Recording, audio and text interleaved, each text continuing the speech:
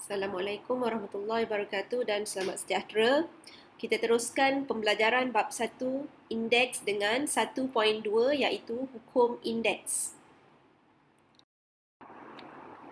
Okey, terdapat 7 hukum indeks yang awak perlu.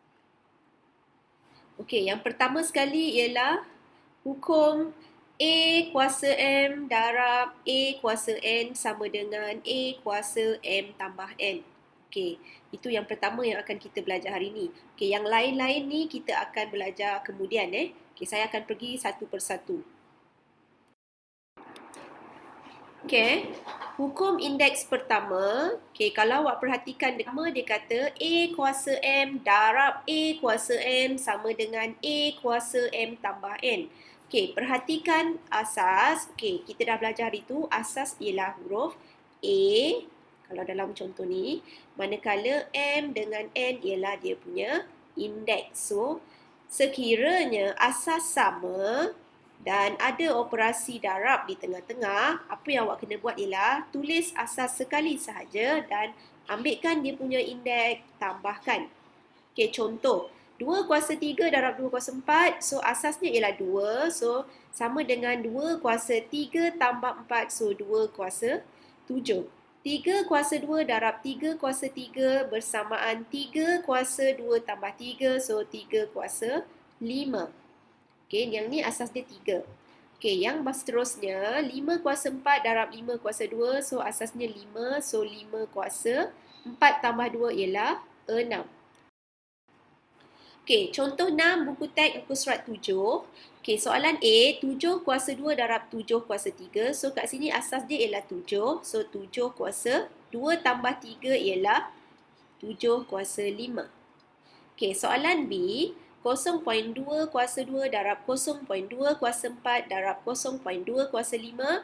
So, apa yang awak kena buat ialah tulis asasnya sekali sahaja, ambil indeks, tambahkan. So, yang ini awak akan dapat 0.2 kuasa 11. Okey, soalan C, 2K kuasa 2 darab 4K kuasa 3. So, kalau awak perhatikan dekat sini ada nombor dengan ada asas. Nombor ialah 2 dan 4. Asas ialah K. Jadi, awak ambil nombor tu letak dalam satu kurungan, asingkan dahulu, kemudian tulis asas sekali sahaja dan baru ambil indeks, tambahkan. Okey, selesaikan 2 darab 4 ialah 8, K kuasa 5. Okey, begitu juga dengan soalan D, 3M kuasa 4 darab 1/6 M kuasa 5 darab 12M.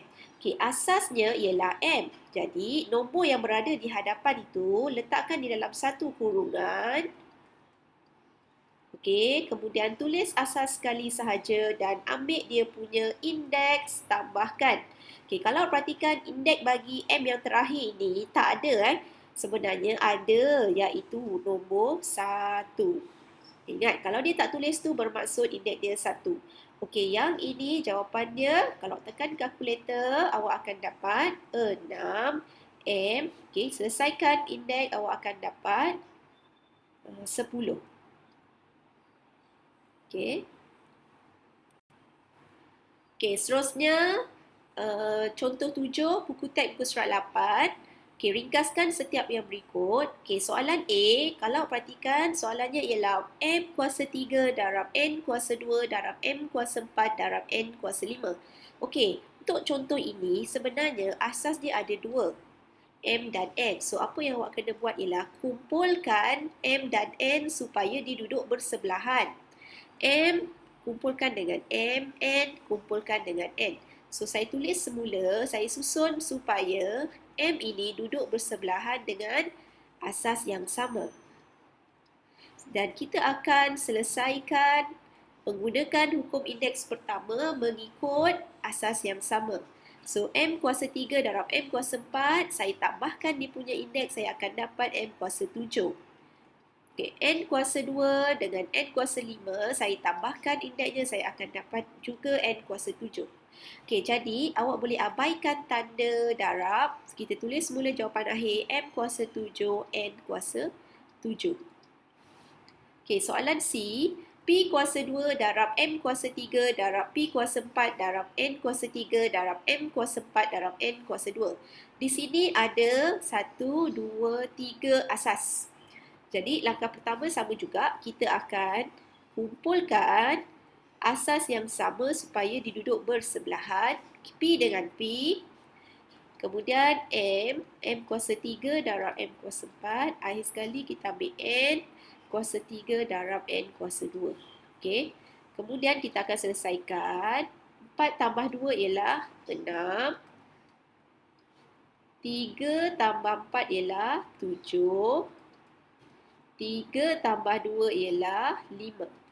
So, jawapan akhir kita boleh abaikan tanda darab P kuasa 6, M kuasa 7, N kuasa 5. Okey, itu sahaja kalau hukum indeks pertama. Jadi, yang ini saya sediakan homework. Juga buat dalam buku tulis Maths 1. Okey, uji minda 1.2a muka surat 7 soalan 1. Uji minda 1.2 muka surat 8 soalan 1. Okey, sekian. Terima kasih.